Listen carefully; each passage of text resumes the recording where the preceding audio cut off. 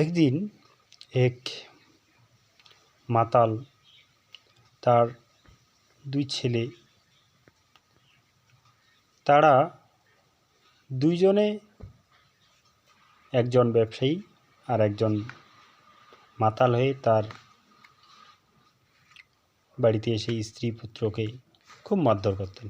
আর একজন সফল ব্যবসায়ী, সে ব্যবসায়ী হয়ে সুন্দরভাবে জীবনযাপন করতেন।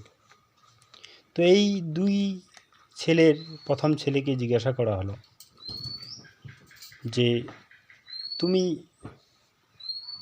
মাতাল বা কেন, আর কেনই বা তুমি তোমার স্ত্রী সন্তানদের উপর এত অত্যাচার করো। তখন সে ছেলে উত্তর দিল যে আমার বাবা মাতাল, তো আমি কি হব, আমিও মাতাল হব।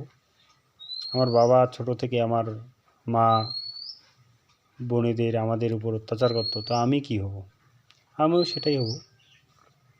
এবং অপর যে ছেলে, তাকে যখন একই প্রশ্ন জিজ্ঞাসা করা হলো, তখন সে উত্তর দিল যে আমি ছোট্ট থেকে দেখেছি আমার বাবা মাতাল ছিল, আমার বাবা মদ খেয়ে এসে বাড়িতে অত্যাচার করত।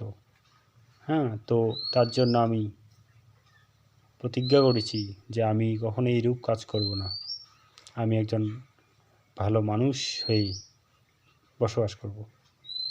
আর তার জন্য সে একজন সফল ব্যবসায়ী। তাহলে আমরা যদি দেখি যে এই দুইজনের একই পরিবেশে মানুষ, অথচ দুইজন ভিন্ন ভিন্নভাবে গড়ে উঠল।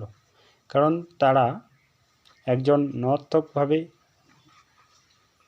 এই যে তার ছোটোবেলার জীবনকে নিল, আর একজন কিন্তু সদর্থকভাবে ছোটোবেলার জীবনকে নিল, যার ফলে সে সফল ব্যবসায়ী আর একজন মাতাল।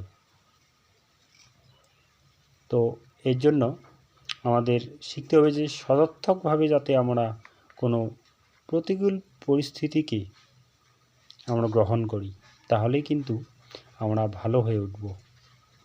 যদি